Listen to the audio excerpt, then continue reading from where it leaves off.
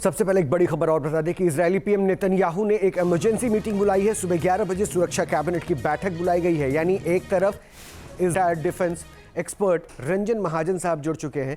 रंजन साहब, स्वागत है आपका। अब आज की सुबह ईरान के मिसाइल्स अटैक और इजराइल के मिसाइल्स अटैक और उसके बाद फिर से अटैक्स की खबरों के साथ हुई है। मैं इससे इतर अमेरिका के मूड को समझना चाहूँगा। अमेरिका क्या करेगा ऐसे सिचुएशन पे जब नेतन्याहू को ये पता चलता है, ट्रंप फोन करके मना करते हैं? देखो रोहित, तो ये बहुत ही इंटरेस्टिंग स्टेज के ऊपर है और ये बिल्कुल मान्य नहीं है कि इजराइल बिना यूएस की नॉलेज के, बिना यूएस के ग्रीन सिग्नल से इस जंग को दोबारा शुरू कर दे। ओके। ये सीज फायर जो हुआ है वो यूएस ने अनाउंस किया था। यूएस एक डेलिकेट सिचुएशन पे आया हुआ है कि किस तरीके से वो डील को आगे ले जाए, और वो इजराइल को यूज कर रहा है एक इजराइल ईरान के ऊपर प्रेशर डालने के लिए।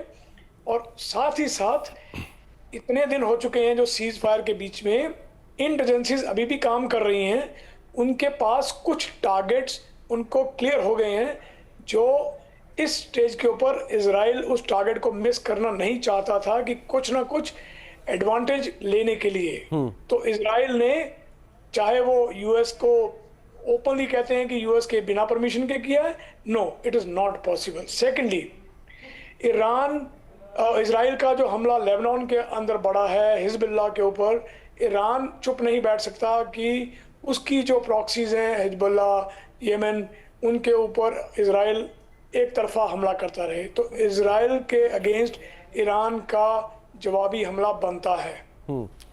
अब अगर हम बात समझें कि यूएस क्या करना चाहेगा स्टेज के ऊपर, जैसे आपने पूछा है, यूएस बहुत ही गहराई से इस डिप्लोमेसी का गेम खेल रहा है ईरान के साथ, थ्रू पाकिस्तान, थ्रू अदर्स।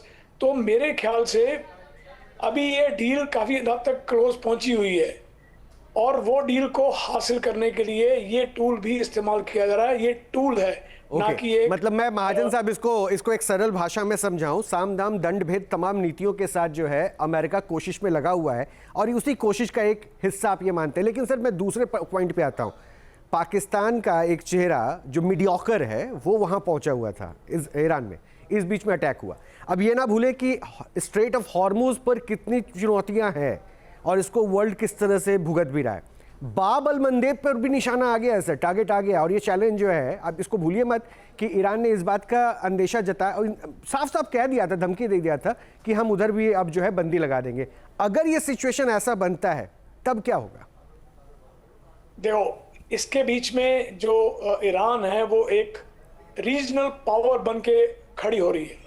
उसने अपने आप को स्टैंड इतना कर लिया है कि वो एक रीजनल पावर बन रही है जो कि ना यूएस के हित में है ना इजराइल। इजराइल का ये लड़ाई तभी शुरू की उन्होंने इसलिए की थी क्योंकि इजराइल को एग्जिस्टेंशियल थ्रेट थी अपनी, कि हम बचेंगे कि नहीं, क्योंकि ईरान हमारे ऊपर ज्यादा हमला कर देगा कि नहीं। यस, पाकिस्तान का फॉरेन मिनिस्टर वहां पहुंचा हुआ है, आसिफ मुनीर ने उनको वहां भेजा, उसी दौरान हमला हुआ। तो ये सब दिखाने वाले, उनको कोई नुकसान नहीं होगा, मैं आपको गारंटी दे सकता हूँ। ये ऐसा नहीं है कि वो जहाँ पे हैं उस साइड में होगा ही नहीं। तो ये एक बहुत ही सोची समझी रणनीति एक इस स्टेज के ऊपर लाई गई है, थोड़ा सा काइनेटिक प्रेशर बनाने के लिए ईरान के ऊपर। तो मतलब व्हाट नेक्स्ट अगर मैं पूछूं, मतलब ये मिसाइल्स अटैक चलते रहेंगे, more than 294 air defence system Israel activate करके बैठा हुआ रहेगा और इस बीच में टेबल भी सजेगा जिसपे वो आराम से बैठेंगे और कहेंगे कि हाँ भाई चलो डील कर लेते हैं, ऐसा होगा क्या? देखो, जियोपॉलिटिक्स बहुत बड़े लेवल पे चेंज हो रही है। रशिया, चाइना, ईरान एक है। रशिया और चाइना फिलीपींस के ऊपर खड़े कर रहे हैं कि यूएस के अगेंस्ट, ताकि वो यूएस के टूल यूज करने के लिए फिलीपींस को खड़ा कर रहे हैं अगेंस्ट चाइना। नॉर्थ कोरिया को चाइना यूज करने के चक्कर में यूएस के अगेंस्ट। तो ये बहुत बड़ा पॉलिटिक्स है। व्हाट नेक्स्ट इज, आंसर उसका ये है कि ये डील होगी क्योंकि ईरान, इस डील के लिए ईरान को भी फायदा है और यूएस को भी और पूरे वर्ल्ड को।